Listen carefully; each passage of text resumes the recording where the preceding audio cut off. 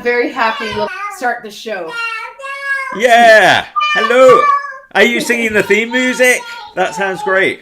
Yes, she's singing the theme music. So yeah, We is need more this music. Yeah. Well, we might as well start the conversation as we mean to go on. a good setup for you with the two art tables? Did you just want main screen? Oh no, no. I just want to start drawing and let you take the reins of what we're doing. Yeah. Okay, yeah. Like I said, I was what I called it was Planet Earth parallel drawing session.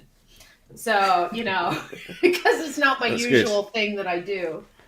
Yeah. Well, Um, no. Well, thanks, Amber, for oh having yeah. me here on your Twitch stream. Well, it's I your haven't Twitch used. stream too, right? Yeah, it is, but I Yeah. don't really use Twitch. So I want to understand what goes on Twitch and all that, like drawing and being video. But mostly, yeah, I'm going to I'm going to do some drawing. This is what I mhm. do every day, more or less, when I can. Well, What? what we can do sometime is I use usually Twitch producer or production studio, which is a free tool that they have to go directly into Twitch, which gives me a lot more control over what I'm streaming into Twitch. Restream is excellent though for the podcast because it allows for multiple people. It goes out to multiple socials, so it just depends on what you're doing at a particular time. So Yes. yeah, and so yeah, we're here. We're coloring stuff. I don't know what color this bunny's going to be. All right. Well, you're going digital, and I'm going old school. That's okay. I miss going old school, traditional. Yeah. Well, I did too. I was doing. I'd gone sort of almost fully digital. I think was a lot of work, and then lately, kind of starting over the pandemic, I sort of got more interested in going back to um, what I did, in the early days. And the thing about digital is it saves you a lot of time and effort. Yes. You at the same time, I think traditional media forces you to do it right the first time. So you get a lot of your thinking out of the way because digital is so easy. It's so easy to undo something. It's so easy to redo something. It's a lot harder with traditional, so you have to make smarter choices when you're working traditionally. So I think Yeah, you can't make mistakes as easily. You can't rectify a mistake. You sort of have to live with what you did. yeah, when Um, and people want to see. I think people want to see that you worked hard and that you suffered for your art in some way. They want to see the suffering. Is I didn't know. I don't know if I heard this or I made it up, but is all art is a response to trauma. You it know. could be. It's funny that you should say that because, like, the human condition says that we, or not says, but the part of the human condition is creating, right? And we've always, Yes. Good as far as grief, we Charlie call, Brown. as far as we call ourselves humans, we're creating, and you go back and we have art that tells us the humans used to be here, on cave walls and little amulets that nomadic people used to wear that they believed protected them and stuff. A little artist and a craftsperson had to make that. And nowadays you have rich kids going into art school making art because that's what humans want to do. I don't think it's I think it's something inherent to who we are as people. Like you don't see chimpanzees creating art, and right now they're Yeah. making tools, which is really exciting, which is awesome, right? They're in the Stone Age right now. They're making tools. They're Yes. Yeah. things are fishing with spears. Yeah, and we Wow. can help them. We can help them develop those skills and raise their young. And like, who knows how you can affect them? Yeah, You know. exactly. Yeah. But you don't see them, making necklaces. You don't see them, scratching symbols into walls. They're not there yet. And so, Yes. yeah, I don't know. We like making things pretty.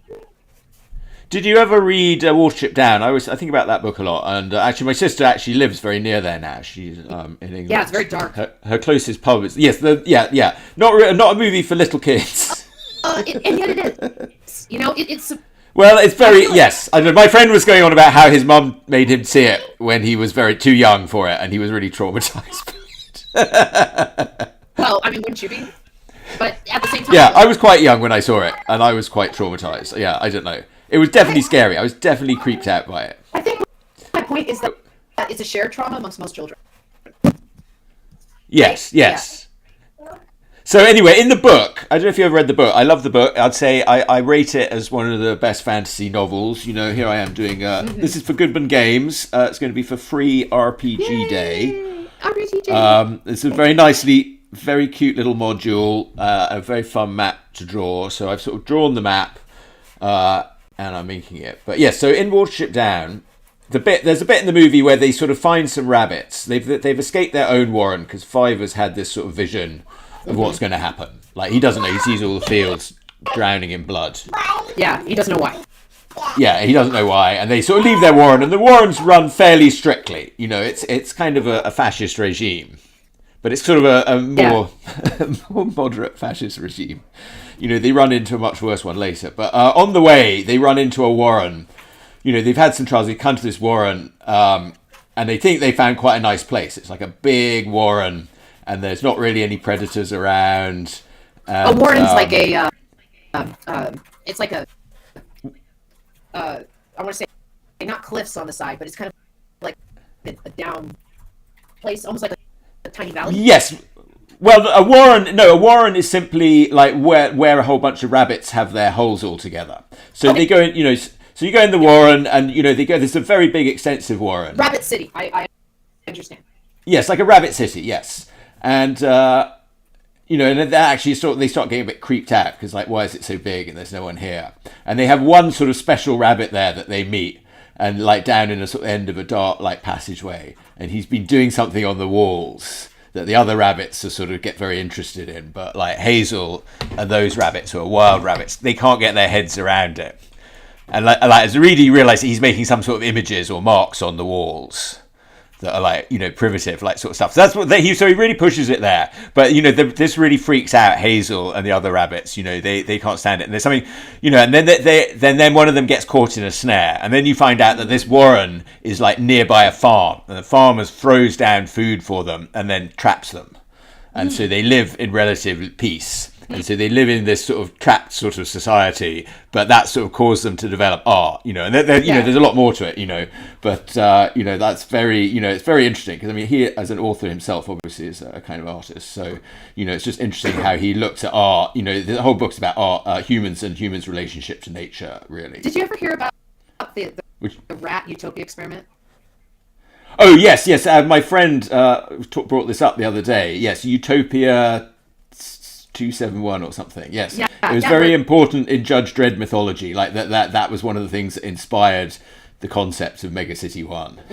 Yeah, is that you know, people will produce and be productive if they're suffering. Yes. So that goes back to what I was saying. Is like all art is a response to trauma. I guess that's what. Yeah. Okay. I got a little girl who's screaming at me. I hear you, baby girl. Oh my. Well, oh my. Yeah, maybe she needs to do some drawing. Well, you know, she found the plunger for the bathroom. Hello. Oh, it sounds like Ian has another thing. I will mute myself. I can't hear you. Yeah, no worries. Well, we're just drawing away. And, yeah, I don't need to be big like that. I don't know. Could we just be drawing and have music? Normally, when I'm doing these things, I like to listen to... I don't know, I have some different Pandora stations. I've got a Goodman Games Pandora station that's got probably a bit more heavy metal than I normally listen to. But I quite like a bit of it. and I have my sort of Greyhawk radio station, which is a little more sort of 70s oriented. Then I have one I made for Pupil, which is a little more all over the place. It's a good one. Or I listen to comedy. I used to really like Gilbert Gottfried's podcast, and then he died.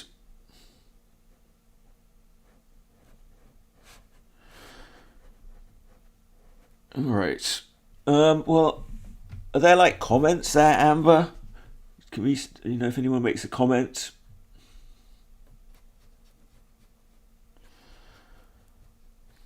Alright, that's gonna go into a wash down there. Alright, this is a bit, well, this is all fairly mundane. I'm just sort of filling in all the blacks before I get into the nitty gritty. This is the sort of thing that will look much better, vastly speeded up.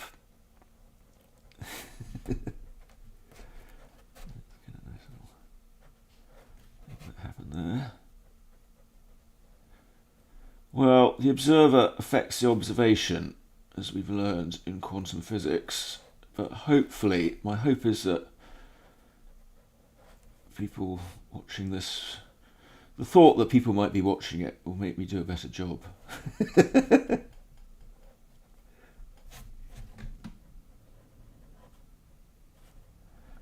Yeah, obviously, because I'm looking at this, I can't see what I'm doing. I can't see if you're sending me comments, and I have no idea if you can even hear me, or anyone's watching me. I can still see Amber's screen, so I guess she's still there.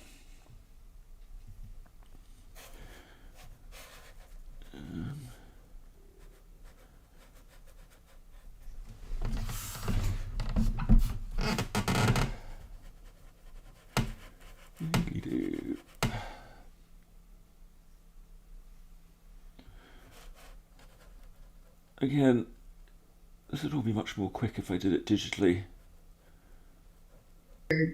I'm back. I'm sorry about that. Yeah, no worries. Yeah, I didn't mean to leave you hanging. I had to take care of my little girl for a second. Yeah, no, yeah, that's very important. And, I didn't even realize I had some of these in here. Oh my goodness. Yeah, I know. I hate when I go in there and I'm like, oh, none of this is spam. Wow. Right, Yeah. right. Oh gosh. Okay, let's see. Let's see. Let's try. So we can have Patreon stuff. Yeah, I made Patreon. Well, I made these promo images. Here. Let me take over for a second. I shall share. I shall put it in the large screen. Ha ha ha. Yeah, see?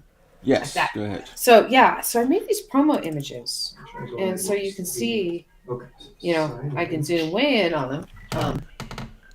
But I did it to kind of show off the backgrounds and stuff. But I Oh yeah. Oh look, I didn't really see all those little things in the side there. That's great. Yeah. Yeah, and so I've been using them as reference to make sure I get the colors right, the characters right, and stuff like that. Like, oh yeah, I drew this already. So why do I have to reinvent? And then that way, it's the same people. And it's Here's his right current password.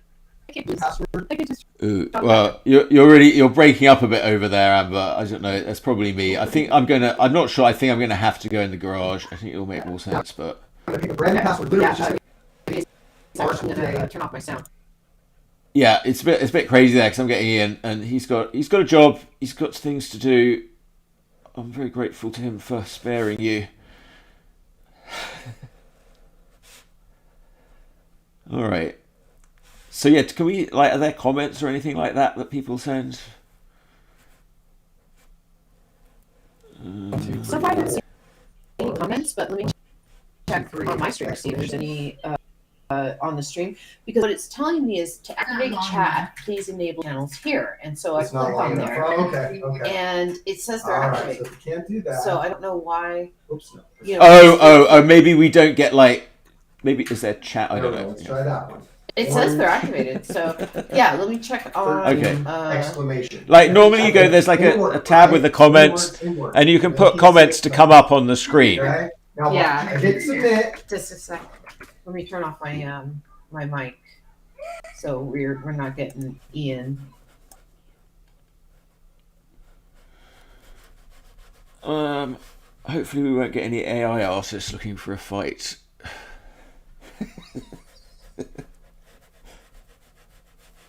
Now I'm going to add stars up here later, but after years of sort of thinking I had to put them in, and I realised I just have to do them after. What the heck? It's okay to use whiteout, folks. That's really just an advice for myself. I used to have some sort of aversion to it. I don't know. I think the reason I get into fights with AI artists is because I'm quite into the sort of spiritual purity of art. For someone who's not really that much of an artist, I'm a bit too much like that. You're actually drawing, so I'm putting you in the big panel. Just find this. Okay, thank you. Yeah. I don't know what to do or say here. All right, I think it'll help to have a title. Now, here's the thing about titles I heard from Alan Moore. I'm not Alan Moore, sorry, Pat Mills. Pat Mills, who's my other favourite writer from 2000 AD, along with Alan Moore.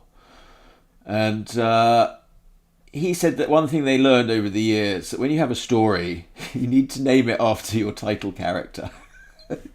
He said stories that aren't named after the title characters didn't seem to do nearly as well as ones that were named after the title character. So there's a top tip.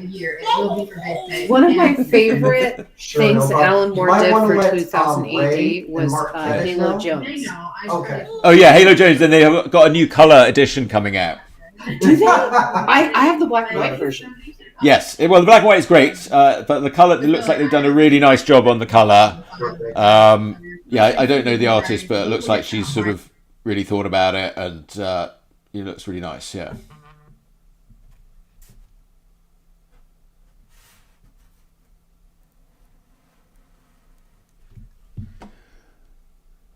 Yes, the Ballad of Halo Jones. Well, I don't know if you haven't read it. It's quite interesting. It's weird. It's not your typical story. So it showed up in 2000 AD, where we'd have quite a diversity of stories. And Halo Jones lives on the, what is it called, the Hoop, and it's sort of like a sort of floating housing development, which sounds sort of quite beautiful and futuristic, but it's pretty sort of run down and not. It's really actually more like a sort of tenement kind of terrible place, and they want to go shopping is the main story of the first series. There's 3 series in all, so she's but going to the mall is like a somewhat harrowing experience in the future. So they have to sort of get themselves armed and ready to go. Meanwhile, she has like a sort of younger sister who's very sort of neurotic. Halo Jones herself is not that neurotic. She's sort of sensible and brave. And the sister's quite neurotic. And and then there are these characters that are called the different drummers that go around. And they've had like little implants in their brains. So they just go around going like... And they're kind of all the same. It's sort of like a cult, but yeah, you get this chip implants, and then you hear this sort of incessant drum beat in your head, and they just sort of go around looking all spaced out and nodding their heads. So, like a sort of metaphor, like Alan Moore does, a sort of fun metaphor of drugs or whatever, because you couldn't actually do drugs in those because they were children's comics. But this was worse. And anyway, this going to go off on this terrible, harrowing shopping experience, and sort of makes it back. And then she gets back home and finds that her sister's gone through and had the operation to get herself, like, actually that's what her sister was sort of kind of mooning about at the beginning. She's gone off and become a different drummer, and Halo Jones can't get through to her. And, she realised she's got nothing to live for. And then nothing there. I mean, she's, but she's full of life. So at the end, she gets a job on this, there's this beautiful cruise liner sort of pulled in at the beginning. Like, it sort of opening scene is this like large, beautiful cruise liner, very luxurious, pulling in nearby. And at the end, you find out she's got a job on this liner and she's leaving. And they're like, where are you going? She goes, out, just out. Yeah. Can't just go out, though. Yes. So then the next one now, she's working as a hostess on this cruise liner. So then you're sort of introduced to the sort of what. So you've seen the world of the poor. Now you're sort of introduced to the world of the wealthy. Yeah, I think the one that I have is her first one, before, like, when it's still showing the world of the poor. Yes. Yeah. Yeah, so it goes that. Then the second one, has very interesting. It has some amazing bits in it. Like all Alan Moore, just sort of like so sort of good and profound. And yeah, so that was there. And then the third one, she's joined the military, and that's a very interesting one. And they're fighting a war in a place where the gravity is really, really high on a planet. Like the battles are happening on a planet where the gravity is really, really high. So you sort of go out and you fight for 10 minutes and you come back and many years have passed on the outside. Yeah. So that one also is very interesting. Has some great ideas. And I think he meant to do more, but then he became like Alan Moore famous. And, I think he argued a lot, probably, with the publishers and the ownership and everything. Have you heard any of the tidbits from his masterclass? No, I haven't actually. Yes, but I've thought about getting it. He's offering a masterclass at the masterclass.com website, where they've done masterclasses with Mel Brooks and Steve Martin. Yeah, like it's not like they don't get people who don't know what they're talking about, right? And Alan Moore certainly knows what he's talking about, but he knows exactly what he's talking about when it comes to like comics and the business. And you need to protect yourself and, read every line of a contract. And if you read his books about like how to write in comics and stuff, it's also like. Not seeing the comments. Oh, hang on, Tina's just asked me something. Hey. Dale says you guys are not seeing the comments that are coming in. Oh, okay. Dale says we're not seeing the comments that are coming in. Thanks, dear. Oh, no. We should be seeing comments. Just a sec. We go here. Yeah, I don't have any comments on my Twitch channel, and I don't see what it says is to activate chat, please enable channels here. And Channels here. I tried. That's sounding like multi-level marketing. Well, it won't let me do it. See, new comments will display here, chat overlay. I'm trying to do it, but when I click on it, it says everything's okay.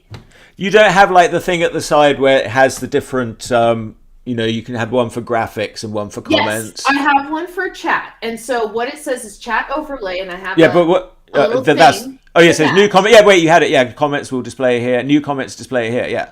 Yeah. So I have. So now, if anyone makes a new comment, it should show up there.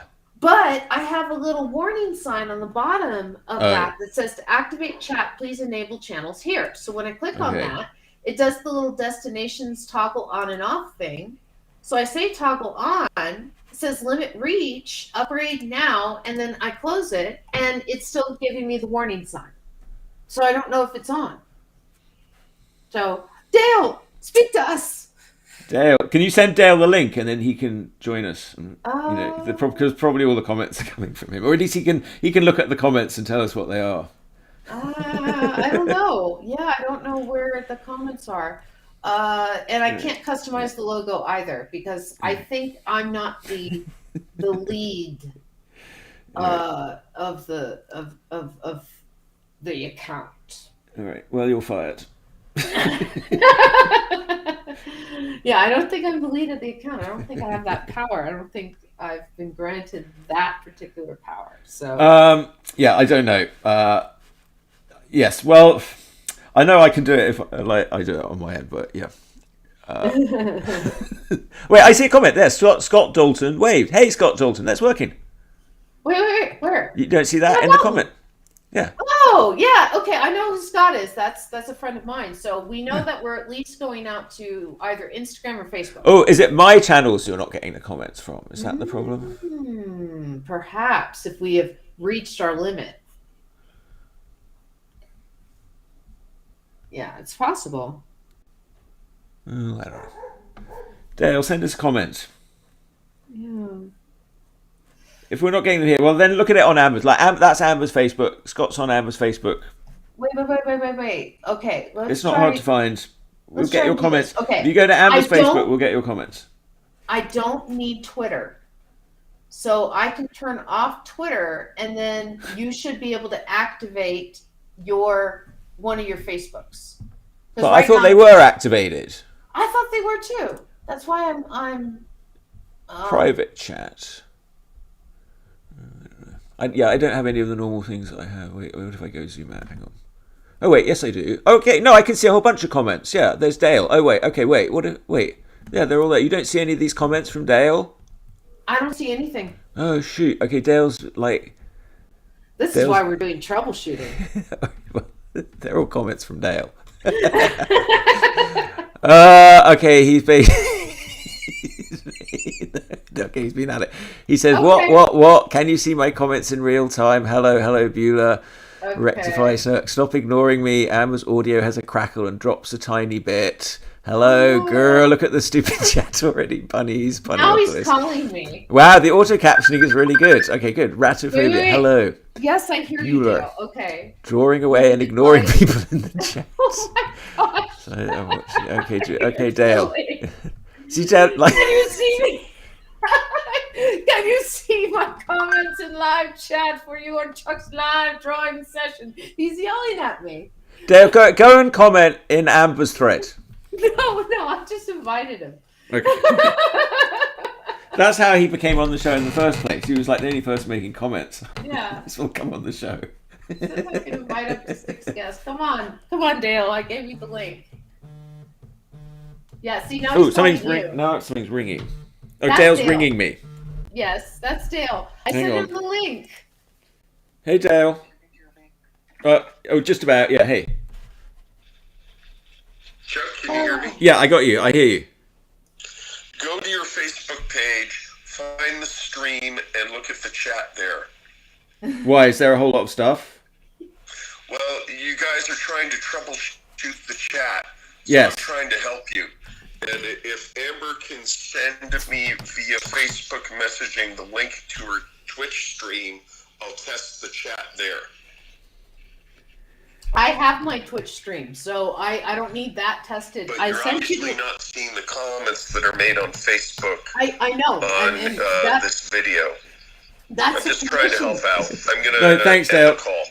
No, Dale, that's great. Dale, I sent you a link. Just come on to the show, and then Yeah, we'll troubleshoot come from on, show there. because Amber's controlling it, and Are you seeing his comments at all now? You're not seeing them at all. I'm not seeing them at all. No. All right.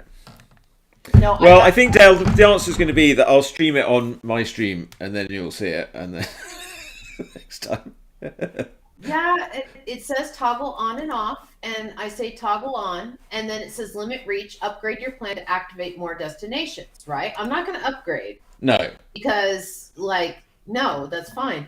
And it says that we're streaming out to my Facebook, my Twitter, and my Twitch stream. And it says All right. we maxed out at 3 of 3. Okay, you're on the free. Okay, I think that you have logged on and you're using your Restream account. But when you invited me, the Restream account that I have is like I can see the back end of where you're at, and I can run the show now. Yeah. But it's like, yeah, it's still Because I don't have any of that ability here. So Restream knows me. But also the other thing is that when I went to Restream, I go start with Studio. I expected to see you in there. Is that what you did? Yeah, and when I'm in Studio, I can see right now on the left-hand side, you, me, and our two drawing windows. And then I was waiting for Dale, but I don't think Dale wants to join. But you're not seeing any of my graphics or any of the other things that are there that No, should normally be there. Yeah, I don't have the Earth, Planet Earth logo, and I can't add a logo. It says I need to upgrade. I think we must be in your Restream account. I'm sorry. I am but one person. Let's see. That's fine. Whatever. Let me see. Wait. Let me see. I'm more just trying to figure out the actual. Could I get the camera working and drawing? Let's see. I'm getting. I'll let you figure out all I'm that getting technical dinged stuff. by Dale. I'm in bed covers and Pop-Tart wrappers. What is the name of your Twitch channel?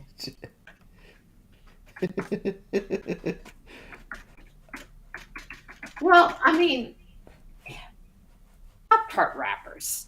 That's what he shared with me. So I saw a I funny little shared with video the with Jerry world. Seinfeld talking about like this Pop Tart joke and why it's Yeah. funny, and like because that was very enlightening to me about humor.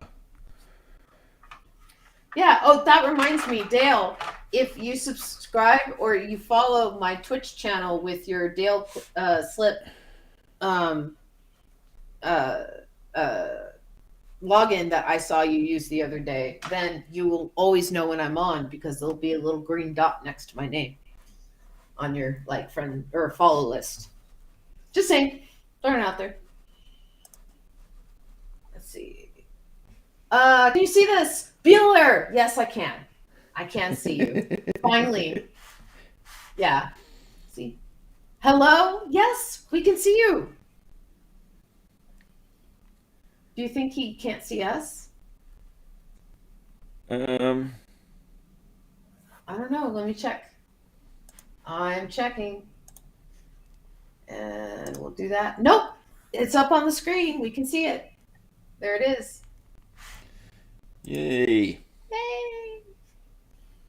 I'm actually running something. Kind of.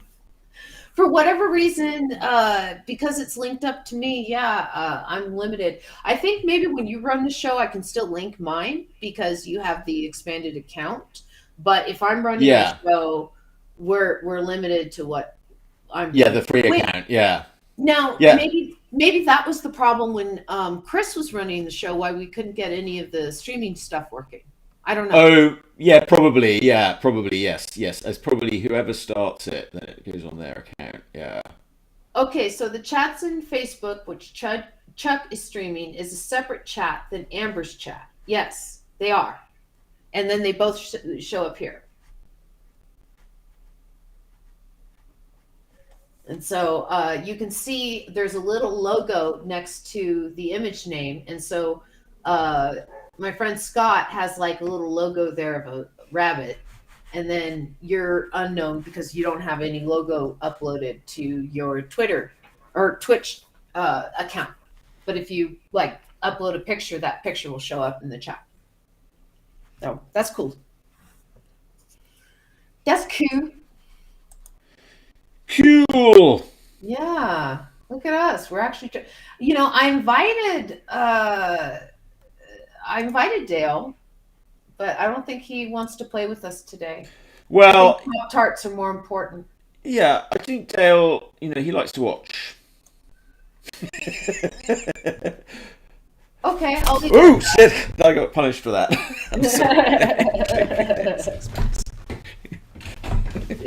do this, and then, yeah. All right. Now, what do you do when you make a mistake on a nice bit of watercolor paper? Well, unfortunately, that one would have to Yes. land on a bit where I was having a nice blob of white. So I have to get out my little cheaty tool. Oh, I don't have it. All right. Let's see. If both chats are showing up, then why didn't you respond to the Facebook chats? So I can see. Oh, I found my doohickey. All right, I'll give you right back. I'm going to go get me These. white out. Left it in the other room. See, hi. Lid on the ink. Look at this. Do you see what I go through? I like ink spatters. Yeah, I All can right. see his BRB. chat in Twitch. Okay, give me a second. I gotta do my login.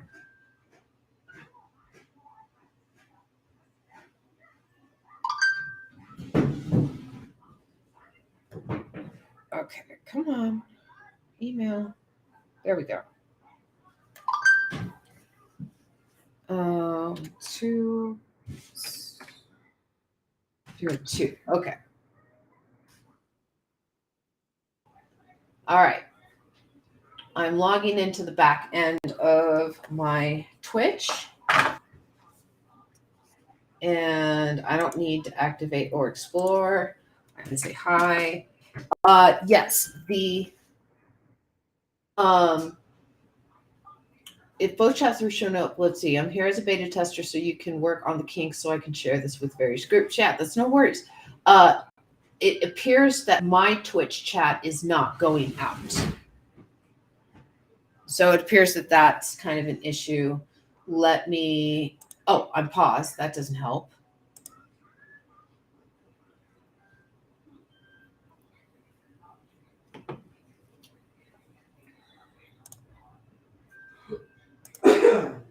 Ooh. Okay. All right. Got There we the go. white out. So Scott said that's a lot of black ink. Just did lots of inking, but digital. Got to put it away and get on with my actual work. Yeah, it is a lot of black. I don't know. Yes, that's definitely the advantage of digital. I could just get a paint bucket and go boom, and I could have just done the outline, do it. But I want to have a nice original to show. That's the thing about these maps, is that you can sort of do it, and it's just like a nice art piece. Not always like an illustration is necessarily a good art piece. Yeah. It sort of is for the context of whatever it's in. But so here's something interesting: is that Dale is in my chat right now on Art Glitch on Twitch, and I can see his comments fine when I'm on my channel, but only my comments seem to be coming from my Twitch. So you see, I just said hi. And so I can, I can see me. All right. Well, I'm sure my hordes of fans on Twitch I disappoint you. Oh no! See, Dale says in Amber's Twitch chat, so I can see my Twitch chat through him. Okay. All right. Excellent. Yeah. That makes me feel better. Yeah. Well, we want to figure this out. Yeah. I think if I say I can definitely because I paid for the upgrades, so it's a bit expensive. I don't know why. I think Restream just seemed like the simplest. It's a little expensive. There's something called OBS, Open Broadcast Software, that a lot of people use. It has a lot more sort of bells and whistles, and it's free. So I don't know, but it looked really complicated. When you're ready to set up your Twitch channel, let me know, and we can kind of go over the back end and stuff, because there's a lot of options for streaming in there. There's some pay stuff, and then there's some free stuff. I'm using one of the free versions of the program, but there's paid programs that are just amazing. Like do what? Well, some of the stuff that people have, like, I'm trying to find whatever program does this, but one of the guys that I follow who does mini painting, when you show up in his chat, your name and comments are associated with a Pokemon that walks along the bottom of the chat. So if there's like 5 people in chat watching your stream, you have 5 little Pokemon walking along the bottom of the stream, and they're randomly chosen and stuff. But whenever one of them says anything in chat, like, like what Pokemon am I? You see a little word balloon pop up on the screen of whatever they're saying. Okay. Right? So there's that. There's programs where people use, you're going to hate this, artificial intelligence to basically create an avatar for themselves. So it's like motion capture, right? And so they're in front of a camera, but you don't see them. You see like an anime girl or a drawing or, a 3D modeled character or something like that. And they, handling their shows. And a lot of these are for game streaming. You just, instead of having a game window, you just have it point at your drawing program. And so then it works that way. Okay. Let's see. In Amber's Twitch, I can see Amber's chats. Amber, on your phone, go to Chuck's Facebook page and find this live feed and open the chat comments there. I feel like I'm at the Genius Bar again. I don't have enough Pop-Tarts for this. All right. Give me a second. Dale, you'll never have enough Pop-Tarts for this. I'm finding my phone. Let's see this. Okay. See, I'm not as against AI as like these AI artists. They sort of attribute all this stuff to me. Like, oh, you're jealous and you're a bit of a twisted egomaniac. I'm like, it's not really getting my point. I mean, I'm quite pro AI in most things, and generally, I think it's a very useful tool for engineers and stuff. Okay. Wait. Sorry, that's your Facebook. We are so professional. Let's see. Look at the comments, damn it. This is almost as bad as see you next Wednesday. Ah, stop ignoring me! Obviously, you could not see the comments. I think Alan Moore is doing the BBC Classics, not Masterclass. No, he's doing Masterclass. There's a Masterclass for him. He's done that. Like, I can find the link. I am the human hyperlink. I will. I'll find the link. Okay. It's a good superhero for you. But you need to wear a mask. I think you're only the human hyperlink if you're wearing your mask. Online course, exclusive recourse, where to download, tripwire. No, I stand corrected. Okay, it is the BBC Maestros. Yeah. But they've been saying take a master class in the advertising, so that's why I was like, oh, master class. Yeah, they're just trying to make you think that Okay. it's the same thing. Well, that's my That's how they get you. Yeah.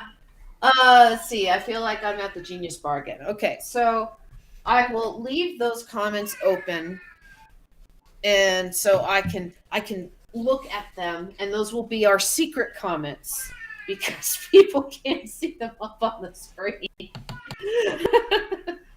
Yeah, so that's okay. All right. I swear I'm actually arting. I swear I'm actually doing this. Okay. So when I do Philo, I was thinking about possibly using the Restream account for that because you can invite people in, and it seems like we can put stuff here, but it not let me do logos and stuff. I'll have to figure out how to do it. You know, yeah, I'll have to figure out how to do it. That's okay. But yeah, there's a sort of limit on like graphics and things that you can upload. Well, on video, I don't know. Yeah, certainly, it's one of the things that's limited by the tier level or whatever. Tears before bedtime. Yeah, tears. Yeah. Metallica just came out with a new album. And like I was listening to it, and it kind of sounds like old Metallica. Like good Metallica. It's fast and hard. Well, it's fast and hard, it's not their soft ballady stuff like they I like that. Master Puppets is a turn really, the page. Let's see. Okay, but what this shows you is if you share this on Twitch and Facebook, you have to have both sets of comments open to interact with viewers. Yes, I understand. Tears level, Metallica is old. Dale's assuming we want to interact with visitors. Well, we want to anger and frustrate our visitors. That's the whole purpose of this art project. You're not supposed to leave feeling happy and comforted, Dale. You're supposed to leave feeling angry and frustrated at the state of the world. I think about Shia LaBeouf doing his art gallery thing, and like he had a paper bag over his head. Oh, I'm Shia LaBeouf, come in here and interact with me, right? And like someone punched him in the face and he ended his art project. Like he didn't expect that to happen. Yeah. Well, maybe he did, but he thought it would just last a bit longer. I think they probably hit him really hard, but this is around the time that he was kind of like David Boring by Daniel Klaus. He basically stole the plot to that story and which one? Movie. David Boring by Daniel Klaus. Oh. And so he made a movie that got released at festival, and I guess he expected that like no one read comic books because it was the plot of David Boring, and so people watch this movie and they're like, is this movie? Like I didn't know that Daniel Klaus had agreed to this, and he didn't. And so at the end of it, there's no credit for Daniel Klaus at all. And people are like, did you collaborate with him or whatever? And Shia LaBeouf was like, no, I'm completely original. This is my story. And it's not. And so there's a reason why the movie's never been released is because Daniel Klaus, who's a very shy and quiet comic artist, will probably never have up on the show, he you know, he sued and won. That's the reason. Yeah. Yeah. Okay. He sued and won. Okay. Good. Yeah. For whatever reason, my do I have to be on that page for it to? Oh, is it paused? Okay. I will share using Facebook, which is easiest.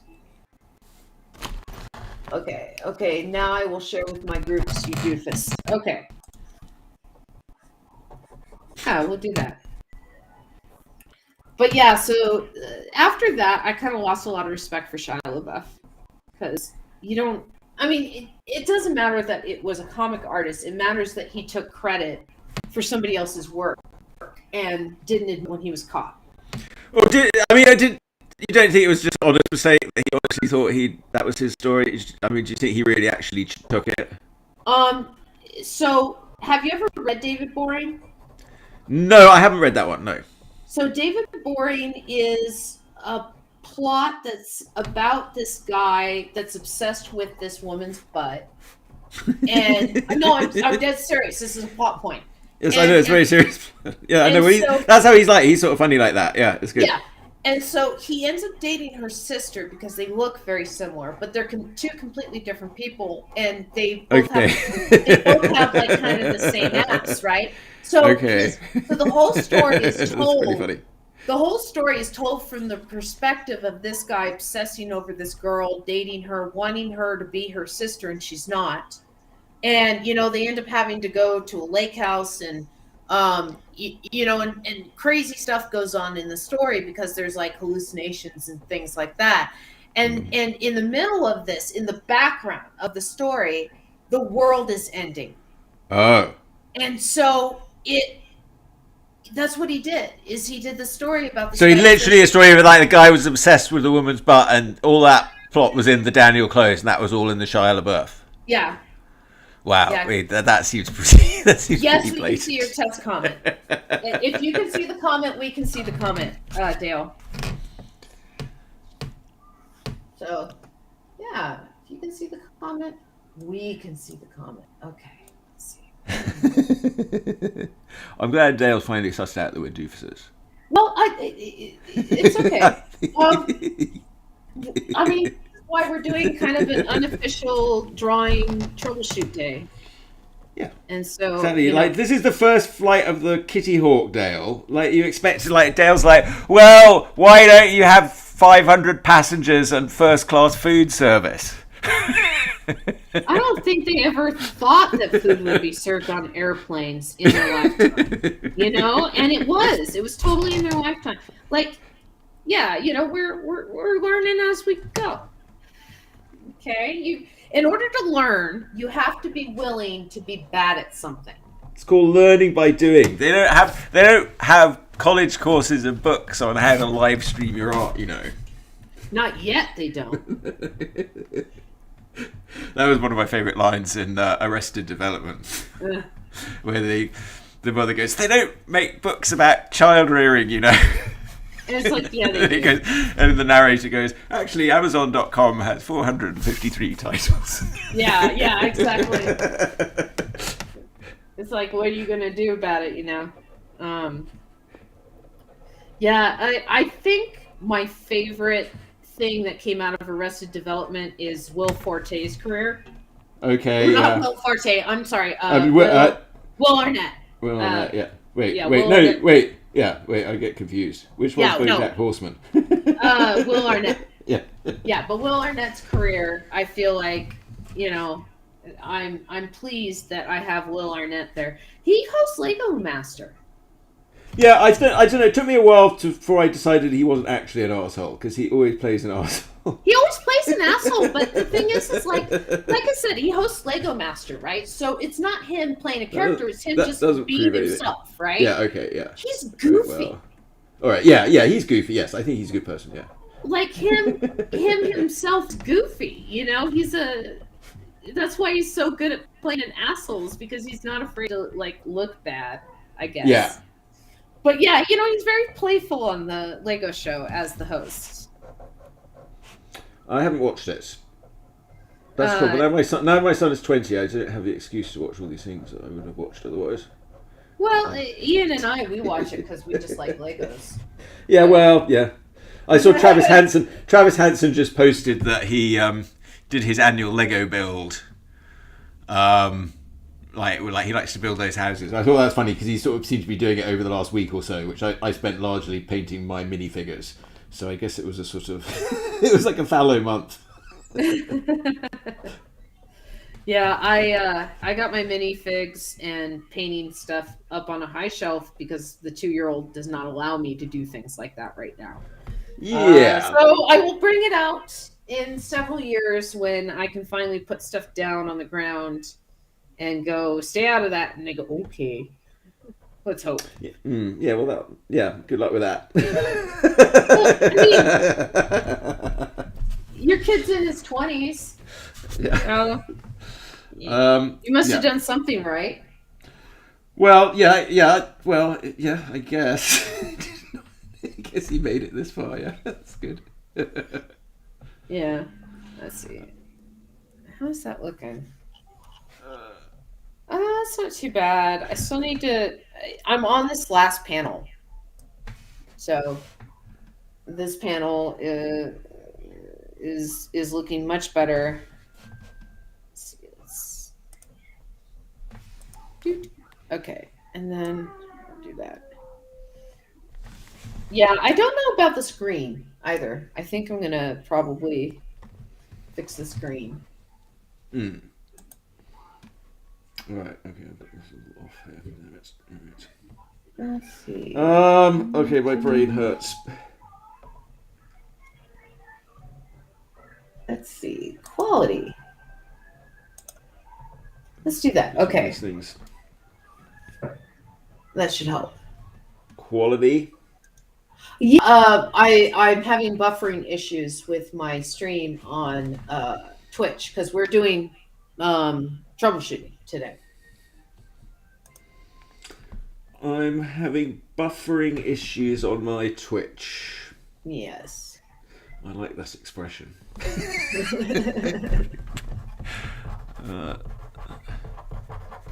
Let's see. Okay, I shared this with the Cinema Insomnia fan group as Mr. Lobo and his wife Dixie are good artists, and the fans include some good artists. Oh, well, that's nice. Thank you.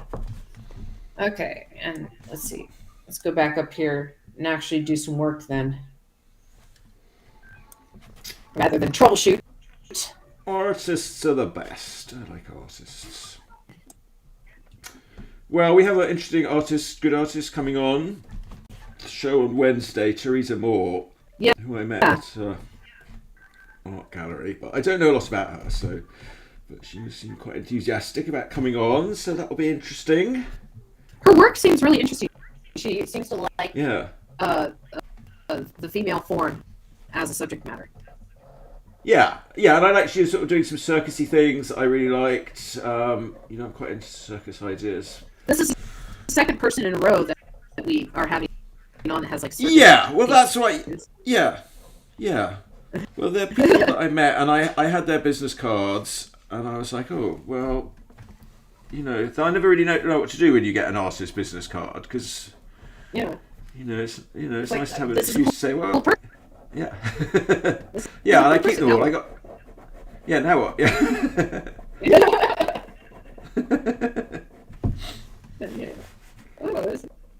I like your business card. Wow, that's a cool logo. I want to keep this, but then what? Yeah. I've got a whole little stack of them, and I keep them all.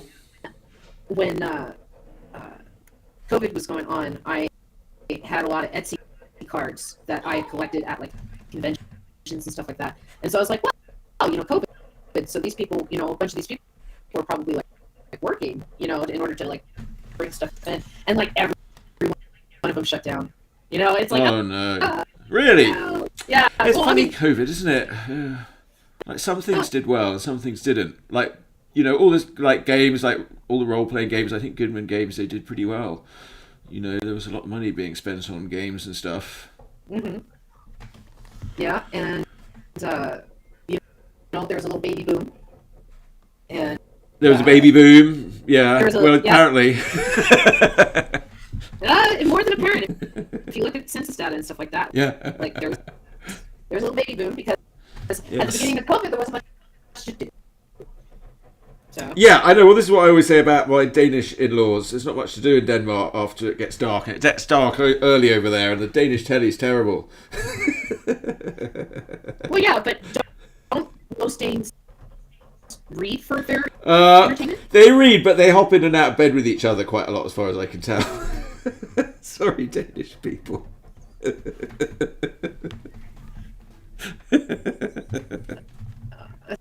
I guess they're no different from anybody else in that regard. All right, I'm sorry. I love the Danish. They've been very nice to me. They're very nice. You say that now that you're caught. Yeah, I suppose they don't mind. They're quite happy. They're proud of it. Hey, my grandmother came from a family, I think of like 19 or something. Yeah. Yeah. So it's, 19. Yeah, siblings. What? Yeah. Worse? there was Because 6 they just different families. Yeah. girls. No, all one family. All one family? Yeah, How could you have 19? I never heard of 19. My grandmother was Roma gypsy, so Okay. yeah. Okay. Well, fine. So yeah, there were six sisters, and then the 2 parents. So that actually brings it down to 17. And then 9 boys, but something like 4 or 5 of the boys died. All the girls lived, and then the rest of the boys split. And so the big family. That's crazy. Yeah, Tina's mother's supposedly from a gypsy family, but I don't really know anything about it. Yeah, well, it's interesting. But yeah, let's see. Okay, red. Where am I? I'm red. I'm doing red down here. Okay. Oh man, people think coloring's so easy in comics, and like normally when I color comics, I have this whole process where I do flats and then I do light and shadow and stuff. Yeah. But this, I'm trying to teach it like paper, or treat it like paper, so there's only like one thing, one layer. Yeah, kind of. I mean, I'm still putting the people, like you can see here, and putting the people on one layer. You know what? Actually, though, Amber, I found that I didn't want to do too much shading on the search scenes because it's sort of like they were sort of busy enough already. So I one Wizard Pickles one. I thought I'm really going to go to town on this one, and I really went to town on it with all the shading. And I was like, actually, in the end, that was too much. And then I ended up pulling it all back quite a bit later on. Mm-hmm. Yeah, I could see that because I did look at it and it was pretty busy, but I'm also trying to keep it pretty like bright for the outdoors, and then as they go indoors and stuff like that, you're going to see the colors kind of wash out a little more. I don't know. I'm making it up as I go along. They say fake it till you make it. Well, I'm faking Well, you want to yeah. Well, you're doing a big splash at the beginning, so that's like important. Yeah. I want it to feel lived in. It's like when you made your Earth world, you created histories from religions, had to show people that world, right? Yeah, it sort of built up bit by bit, yes. But yeah, I did. I mean, actually, quite early on, I spent like quite a lot of time just on the world building, just because I like the whole sort of D&D aspect, and I would do like maps of Pupil's house and the area, and like who are the gods and all this sort of stuff. And then Planet Earth is the space version, or Space Earth. Yes, I mean, I guess it's future Earth, like in the very far future, and I did do like there's a whole history that I worked out, but it was really, really long, and so I spent quite a while like really editing it down and down and down So it was really just the essence of it all. And then I had like the goddess explain it all to people, but he's not much interested. But I put it all down there. You can read it if you want. Yeah, it's not really relevant. It's just like my own personal theory on how this all could come about. Because I want it to sort of work from a scientific point of view, silly. Sure, scientific. That makes sense. Yeah. Yeah, like I find it interesting that people have linked Matrix, Terminator, Dune, Star Wars all into like one long continuous history. And so Yeah. like the plot is supposed to be Terminator leads to the Matrix, leads to like the fight against technology, and all technology is outlawed, and the discovery of spice, and that leads to Dune. Mm-hmm. And then because you have stuff like mentats and spice, and then spice is cut off from the universe, you have people that like still have these abilities and stuff from the spice that then pass on those abilities to children, and that's where the force comes from. Slight problem, long time ago, galaxy far, far away. Yeah. But I okay. know. I'm just saying the conspiracy theory. Okay, I'm not saying I agree with it. I'm just saying That's all right. what George some Lucas should just people- buy into it. He should just change that. I'd love it if George Lucas goes, well, I like that idea. I'm going to change it. So one day, not a very long time from now, that would really annoy the fans. That would be like, that should be his dying wish that he puts out just to really annoy everyone. I just wanted it to happen tomorrow. Yeah. Well, that's kind of the joke of like watching old Vivid sci-fi, schism. and they're like the distant year of 1990. Yeah, I love it. Yeah. Yeah, the distant year of 1990. Okay, and I mean, this was made in the 60s or the 50s or something. To them, it was a distant year, but to me, it was yesterday. Yeah. It did seem very futuristic. I kind of figured by the time it was 2020, we would have solved all our problems. Have you ever seen the original Star Trek? Oh yeah, of course, yes. I've seen over the pandemic. I completed my task of watching all of the original stuff of all through Deep Space Nine, and oh my, I've seen quite them all. I've I'm seen a Star Trek Doctor Who expert now at this point. I know everything about Star Trek and Doctor Who Excellent. and Star Wars. Excellent. Well, not everything. So with Star Trek, I remember seeing the original series where Kirk was like, "Oh, the eugenics wars back in the 1990s," right? Oh yes. And it was the episode with Khan where Khan, the Yes. Khan wakes up because he was cryogenically frozen. So He you're was a supposed to clone. have, we're supposed to have cryogenic freezing that you could just take someone out of stasis by the 1990s, and eugenics wars.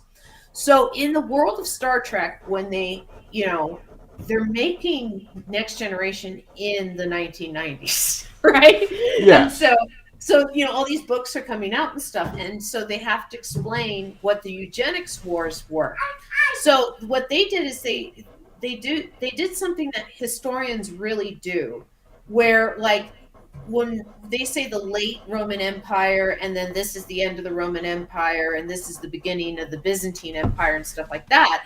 The early Byzantines considered themselves Roman. They didn't consider it the end of the Roman Empire, right? They thought they were calling themselves Roman. They still spoke Latin, right? Okay. They thought they were still in a Roman Empire, and it's the historians that have created the dates of distinction between the end of the Roman Empire and the beginning of the Byzantine Empire. And so what they did in the books and stuff is they had the Star Trek historians, the Federation historians, basically say that all the race riots and hate crimes and everything like that are these eugenics wars. And so that we're having these wars with each other over race and, violence in the streets and everything like that, because the historians have named it eugenics wars based on the level of violence with each other, even though it's not an official war now. Yes. And so I thought that was always kind of an interesting Yeah, take on that's good. things. Yeah, I like that. Yeah. Yeah, and it's like, oh, okay, so the historians, like they were kind of vague about what they considered, the late American empire and shit like that. They didn't specify dates, but I thought it was really interesting in this Yeah. book that they were talking about the violence of the 1990s throughout the early 2000s as Yes. these eugenic wars, because the level of violence between races was so And to prevalent. them, that would be like a war because they don't have Yeah. wars anymore. Well, they don't. It's Yeah. Yeah, I mean, you said you watched DS9. You remember the episode where? Oh yeah, yeah. Well, I was waiting to bring that up. Yeah, Yeah. where they go to 2020 or whatever, and the tech billionaires are in charge of San Francisco, and like the poor people are living in homeless encampments. No. I'm not even talking about the Bell riots. No. I'm The Bell Riot. Okay, yeah, that's the Bell Riots. Yeah, Okay, yes. no, I'm talking about the episode where he has like a vision from the prophets, where he's suddenly in 1960s America writing science fiction, right? Oh yeah, okay, yeah. I don't remember that one so well. So the yeah, whole yeah. point of that episode was Yeah. because Okay. Oh yes. That was writers, quite a big one. Yes. the writers were coming up on they wanted to introduce Nick Fontaine, who was like a Frank Sinatra character, right? And they had an actor and they had all this stuff written and stuff like that, and they realized that if they touch on this period, they have to touch on race, right? Because race is such an important ingredient to that period of time, right? And the race relations and the tension and stuff like that. So they did this episode with this vision, and it feels so out of place of everything else. It feels like a classic Twilight Zone episode more than anything else, because he's like, I see this black captain in charge of a space station in my head, but but he's actually the vision, and yeah. Anyway, so what they did is later on, when they're introducing Nick Fontaine, they have Cisco sitting in a chair, and his girl's like, "Hey, come on, let's go down to the holodeck with everybody else." And he's like, black people weren't allowed in those clubs back then, right? Because now he's been raised aware, or his awareness has been raised to the fact that if he were back then, he would be treated differently. Oh right? yeah. And she's like, "Oh, it's just a fantasy. We're just gonna go have fun. We're way past that. We don't have to do that anymore. And like, why dwell on that kind of thing?" And so then they go and they have fun. So then that way they don't have to put. It was so subtle of what they did. Of it's the first time in the entire series that you have someone refer to themselves as their own race in being human. Like the only right, because they're supposed to be beyond all that in Star Trek. That's usually the fundamental sort of premise, is that humans have moved beyond all that. Yeah, and like another thing too is that the only other time that you hear race mentioned is when they have Abraham Lincoln on the original Enterprise, the original series. Oh yes. He refers to Aurora as a negress. Oh yeah, no, I remember that. That was like, I was like, oh my god. Yeah. And it's like, what did you just say? Yeah, and then she has a great response to him though about like, oh yes, well, she sort of, makes it, the response that she has is fantastic. Yeah. Yeah, she's just basically like, it doesn't matter. What are you talking about? Yeah, that used to be. She sort of acknowledges it that it was a thing, and that now we've moved past it, and yeah. Oh, RJ Stone says hi. Oh yeah, hi. Well, he was asking me, like, he wanted some feedback on some art that he'd been doing. So yeah, I said, come and check this out. Hello, Richard. How you doing, buddy? Yeah, Richard Stone. That name sounds familiar. I should know that. So name. I don't know. I know he worked with Joey Manley a bit on a project, and he's a webcomics guy. That's probably where I know his name from. Is from the Modern Tale days. Yes. So. Yeah. I don't know. Yeah, I know he like Joey worked with him on some sort of, like, they were going to do an animation project, but I don't think it really happened. Well, I mean, Joey had a lot of ambition. Yes. And so he's no longer with us, and I appreciate his vision for things. but the man only paid me $100, and he owed me Oh dear. several. Yeah, he Did owed me he? several upon his death, and Oh. several. Yeah, and so it's like, dude, like you're not Well, I supposed don't to think he be meant to yelling at die. it. I don't think No, he meant he to didn't. die. But like, what did he owe you for? Modern Tales and Graphics Mash. Really, I don't even. Yeah, I don't know. I mean, I remember seeing some So money at one point from that, but not really ever very much. And I stopped really thinking I was ever going to see any. so he had, he had his own signed a contract, and the contract was like, this is how much you're going to get paid per view. We didn't have any advertising. It was only subscription model. And so Yeah, you were paid a percentage out of total subscribers, and you were paid a percentage out of people viewing your strip. And yeah, so he had a document on a PHP document that gathered this information from the rest of the website. And you could see, like, Shane Garrity's Narbonic was getting this many views, yeah, right? And you could see this, you could see that, and everything like that. And my comic's getting this many views. And how many people said that they subscribed specifically for that comic because he had little check boxes and a drop down and stuff like, hey, which comic are you subscribing for, right? And so you would get a little bonus for people who subscribe specifically for your comic and stuff. And so in one of his internal emails, he was basically like, we have X amount of subscribers now. And so what I did is the math. And oh, I yeah, went through and I was like, he owes Shannon Garrity this much money, and wow, he owes Eric Milliken this much money, and oh yeah, Eric Joe Milliken, yes, Joe Zabel, like he owes Abel, yes, quite a bit of money. And there was I think Patrick Farley did something for them. yeah. Um, Patrick Farley had done some things, yes. yeah, but there's just a bunch of people. There's like Donna Barr was doing Desert Donovan, Peach, and yes, she had a lot of people subscribe specifically for her that were older yes, people that aren't tech savvy, that were like, yeah, we're subscribing for Donna because yeah, we're gonna be on this train and stuff. And yeah, absolutely, yeah, yeah, and so me and a few of the other artists kind of got together, and I wasn't the only one who did the math. And we kind of, hey Joey, where's our check? And then suddenly yeah. that page broke on the Oh, site, and oh, it oh, wasn't accurate really? anymore. We couldn't read it.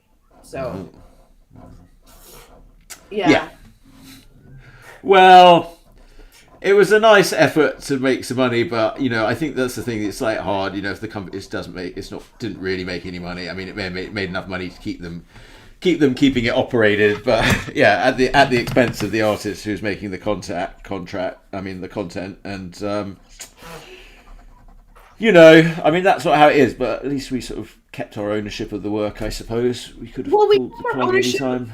We kept our ownership of the work, and what it did is it was before Patreon, it was Yeah. before Gumroad, and a lot of other things that have taken parts of that model and expanded upon them, or shrunk and refined them to whatever it is that they're selling. And Yeah. so, like, one thing that Joey didn't have at all was a free section. He only said that the comics were free the first day that they aired, and then after that they went into the archives. And if you go to Gumroad, you Yeah. can make the option of having this stuff's my pay section and this stuff's my free section, which doesn't seem like much, it doesn't seem like much, but it allows you to like get people the taste of your work, or, I thought you had that option in Modern Tales. I remember having that option. not to make your work free. No, only the first page or not. You had the option of making Maybe that was the some difference. newest comic free if you wanted, or hiding it behind the archives. But the archives were everything from like yesterday back. Okay, yeah, yeah, all right. Yeah, so yeah, you had to subscribe to get the archive, and that was the model, and yeah, and it didn't really work. Yes. No, it didn't really work. That's okay. I mean, but a lot of people read it, and I don't know, that was good. I like I said, he was an introvert. He was very ambitious, and it He was wasn't a young. bad idea. Yeah. But it just needed a better implementation than I think Joey was capable of doing at that time. You know, I honestly Yeah. think the technology hadn't caught up to his ambition yet. It wasn't Now like we a have- scam or he was trying to scam anybody. Oh, or no, anything. no, I I'm mean, not saying it he's was not never trying- anything like that. Yeah. No, I'm not trying. No, I'm not accusing him of that at all. You know, it's just that I think the technology wasn't up to his ambition. He knew tech was heading in this direction of like what Patreon has, where you can have things free on your Patreon. You can have things, Yeah. you know, behind the Patreon wall. You have tiers of Patreon, so people who pay more get this thing. If they pay less, they get this thing. And you know, Joey imagined all that before a Yeah. lot of other people did, and I think that was a lot of his strength. But Yeah. was Oh, yeah. He also- was like a tech guy. He was with this company, streamingmedia.com. And I mean, they were really sort of, you know, they sold out. He got a payout from that. And actually, I knew the guys, well, some of the guys that sort of founded that. They were sort of friends with a friend of mine in England, and I'd met them, and you know they did really well in the .com, and they sold it out like right Really? before the .com bubble. Oh, I didn't know They that. sold it. They sold the company for about 10. I heard they made about 10 million each out of it. It was a real .com. wow, I always boom wondered thing, where yeah. Joey's money came from. Yeah, Because and he he was didn't an seem like early it's tech old guy money. with them. Yeah, no, he was no. He Joey was he'd written a novel. He'd written Yeah. like a critically well received like novel, and he'd made the money. Yeah, like he was an early like tech employee for this company, and they sold it out, and they got a payout, and then the company just was sort of gone within like a few months later. Like the .com bust came along, and there was nothing. The whole thing was gone apparently.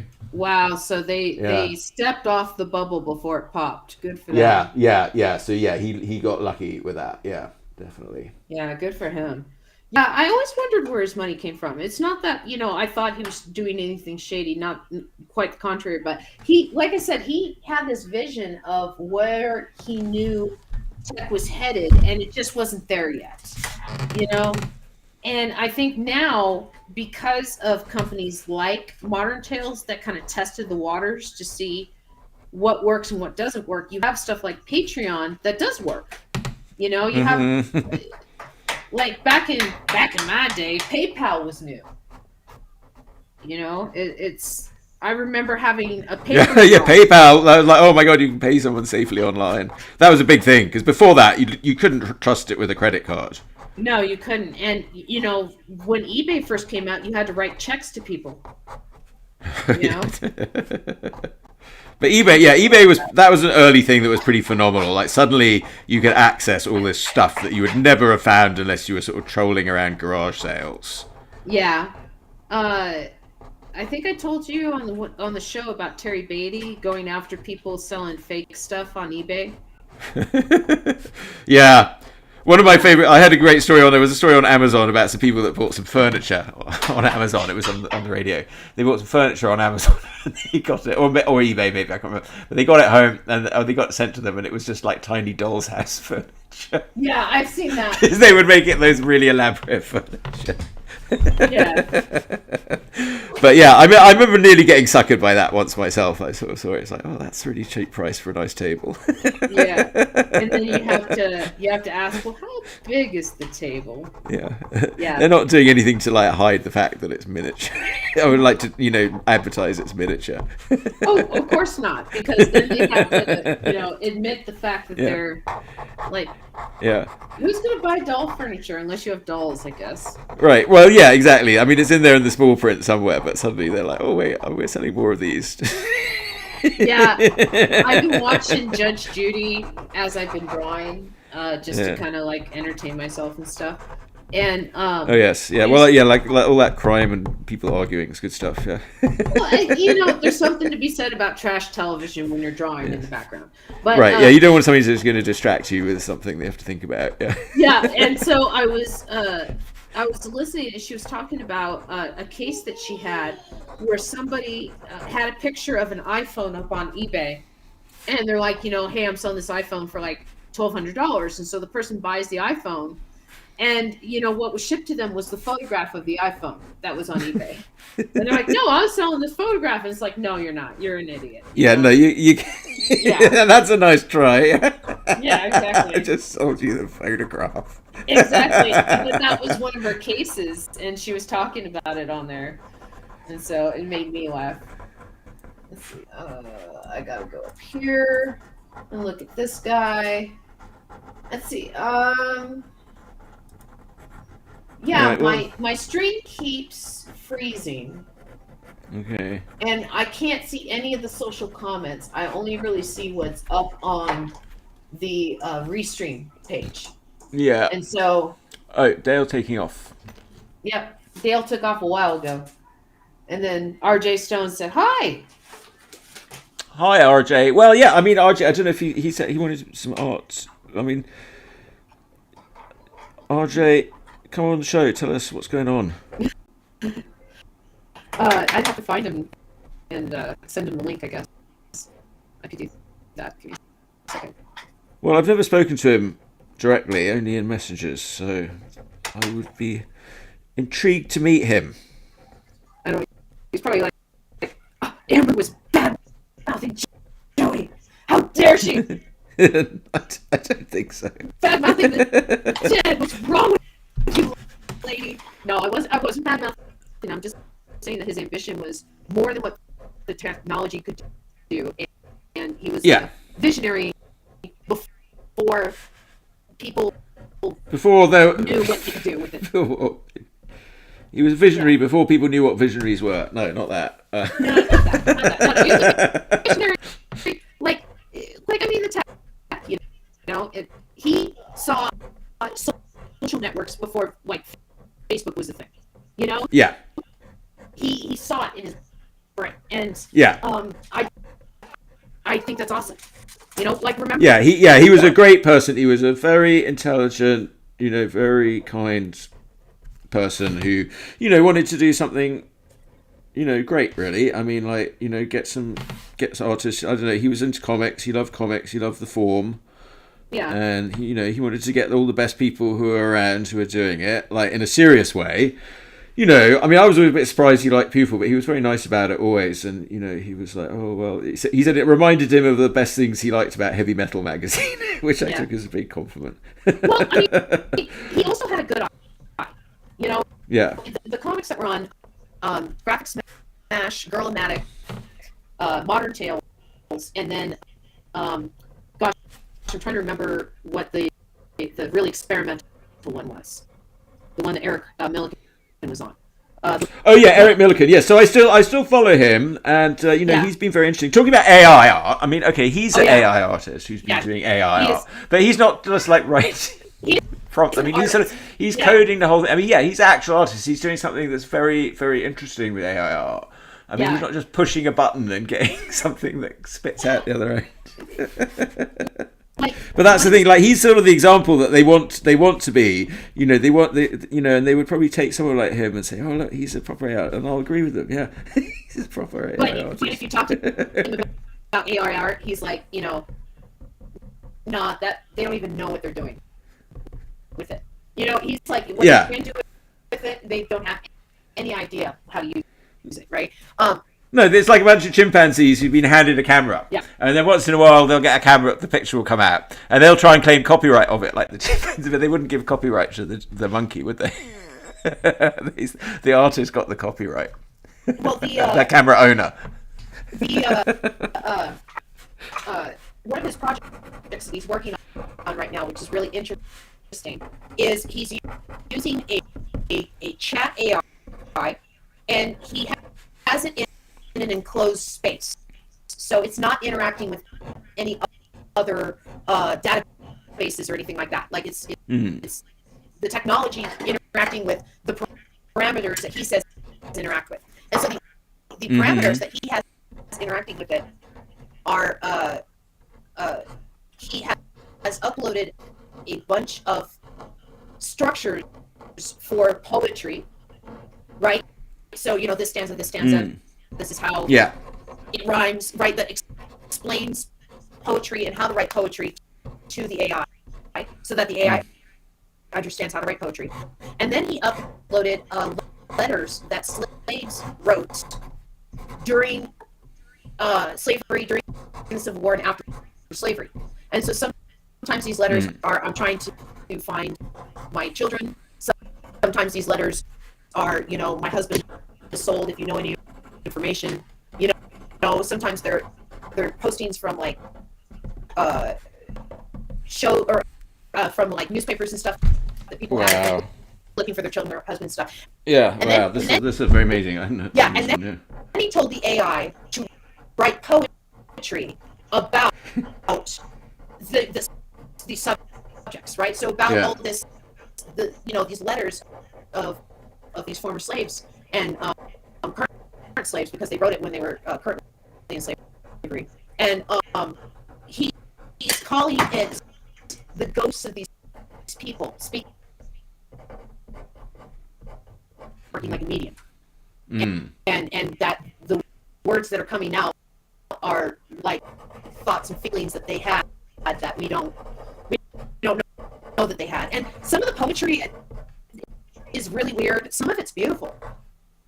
But again, it's, to me, that's crafting something, because it took a lot of effort and a lot of time for him to it is. And you know, and he's making it something that's definitely a work of art, in that it like sort of creates conversation and stuff like that. I mean, whether or not you'd want to sit hanging on your wall, you know, it's like, well, that's going to be up to an individual's taste. But you know, it's very, very interesting and very, you know, and challenging work that makes you really think.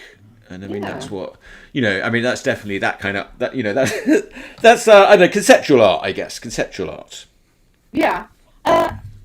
Again, you know, it's just his current project. That's just what he's working on right now. Other ones that he's done is he has uploaded portraits of different famous figures. Yes. Oh, yes. I like these. Yes, he's done lots of different styles of portraits, but yes. Yeah, yes. And so he has the AI switching and changing between the different portraits. And you know, I would not want to go to one of his shows on acid. I feel like it would be too much. Right? Yeah, some of it's a little disturbing. I mean, it's not usually that disturbing. I mean, yeah, I was thinking also that portraits he does where he'll like do like maps of people, like, you know, he was doing some stuff around Black Lives Matter, and he was doing it before that actually, but you know, where somebody had been shot or something, and he would do a portrait of their face on the streets around that area and stuff. That was very interesting. Yeah, and again, you know, it looks like the people, but it's like how did you know to pick those streets? That's amazing. yeah. He did one of George Floyd in Minneapolis. Oh yeah, George Floyd. Yes, that was a good one. Yes. Breonna Taylor. He did one near where she passed away. Annabelle. What are you doing? Okay, I got a parent. She's literally up on her father's desk, knocking stuff over. So, good parents. Parent number one priority. I think I have to end the stream when I do that, because I'm in charge. Okay. So I think is there any other troubleshooting we need to do for right now? No, that's all right. I've enjoyed having you to talk to. It makes it a lot more easy and fun. Again, I've got someone to that's why I was calling it Planet Earth Parallel Drawing Session, you know, because we were both kind of drawing and figuring this out. Yeah. What we do it. But yeah, she's literally throwing everything off of his desk. So I got I'm gonna keep going on my own stream, and people can come and see me there. All right. I'll take a little break, because it's probably a good time for me to take a little break. So yeah. So thanks Amber. All right. Yeah, I'll see you Wednesday, not for, but I think I'm going to be doing this fairly regular. I've got a big stash of Urfspace things I want to sort of ink and colour. I thought, well, that would be fun. 2-year-old. I don't have a 2-year-old. No, I have a 20-year-old who needs slightly less parenting. Yeah. But what I was going to say is, my friend said the problems don't go away; they just get more complicated. I try and put in at least an hour a day of drawing with her, but you probably put in 6-7 hours a day. Well, I'm trying to be a professional at it, and yes, I try to do at least sort of 5 hours a day of actual drawing if I can. Okay, I gotta stop there, Jeff. All right, bye. Bye, everyone. Bye.